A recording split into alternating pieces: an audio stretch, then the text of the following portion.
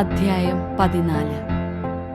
ഷീനാർ രാജാവായ അമ്രാഫേൽ, എല്ലാസർ രാജാവായ അരിയോക്ക്, ഏലാം രാജാവായ കെദോർലാവോമർ, ഗോയിം രാജാവായ തിദാൽ എന്നിവർ തങ്ങളുടെ ഭരണകാലത്ത് സോദോം രാജാവായ ബേറ, ഗൊമോറ രാജാവായ ബീർഷ, അത്മ രാജാവായ ഷീനാബ്, സെബോയിം രാജാവായ ഷെമേബർ, ബേല അതായത് സോവാർ രാജാവ് എന്നിവരോട് യുദ്ധം ചെയ്തു. ഇവർ സിദ്ദിം താഴ്വരയിൽ അണിനിരുന്നു. അതിപ്പോൾ ഉപ്പുകടലാണ്.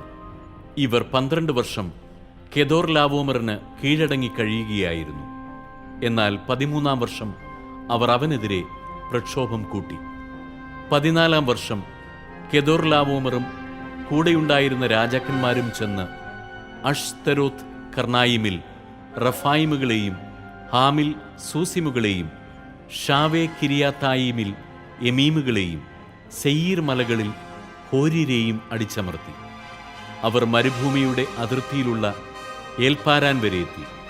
അവർ പിന്തിരിഞ്ഞ് എൻമിഷ്പാത്തിൽ അതായത് കാദേശിൽ ചെന്ന് അമലേക്യരുടെ നാട് കീഴടക്കി.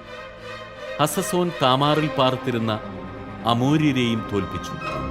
അപ്പോൾ സോദോം, ഗൊമോറ, അത്മ, സെബോയിം, ബേല അതായത് സോവാർ എന്നിവിടങ്ങളിലെ രാജാക്കന്മാർ സിദ്ദീം താഴ്വരയിൽ ഏലാം രാജാവായ കെദോർലാവോമർ, ഗോയിം രാജാവായ തിദാൽ, ഷീനാർ രാജാവായ അമ്രാഫേൽ, എല്ലാസർ രാജാവായ അരിയോക്ക് എന്നിവർക്കെതിരെ യുദ്ധത്തിനായി അണിനിരന്നു. 4 രാജാക്കന്മാർ 5 പേർക്കെതിരെ. സിദ്ദിം താഴ്വര നിറയെ ചെളിക്കുണ്ടുകളായിരുന്നു. സോദോമിലെയും ഗൊമോറായിലെയും രാജാക്കന്മാർ പിന്തിരിഞ്ഞോടിയപ്പോൾ ഈ കുഴികളിൽ വീണു. ശേഷിച്ചവർ മലയിലേക്ക് ഓടിപ്പോയി.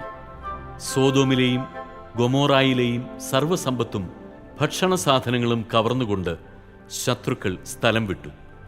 സോദോമിൽ പാർത്തിരുന്ന അബ്രാമിന്റെ സഹോദരപുത്രനായ ലോത്തിനെയും അവന്റെ സ്വത്തുക്കളോടൊപ്പം അവർ പിടിച്ചുകൊണ്ടുപോയി.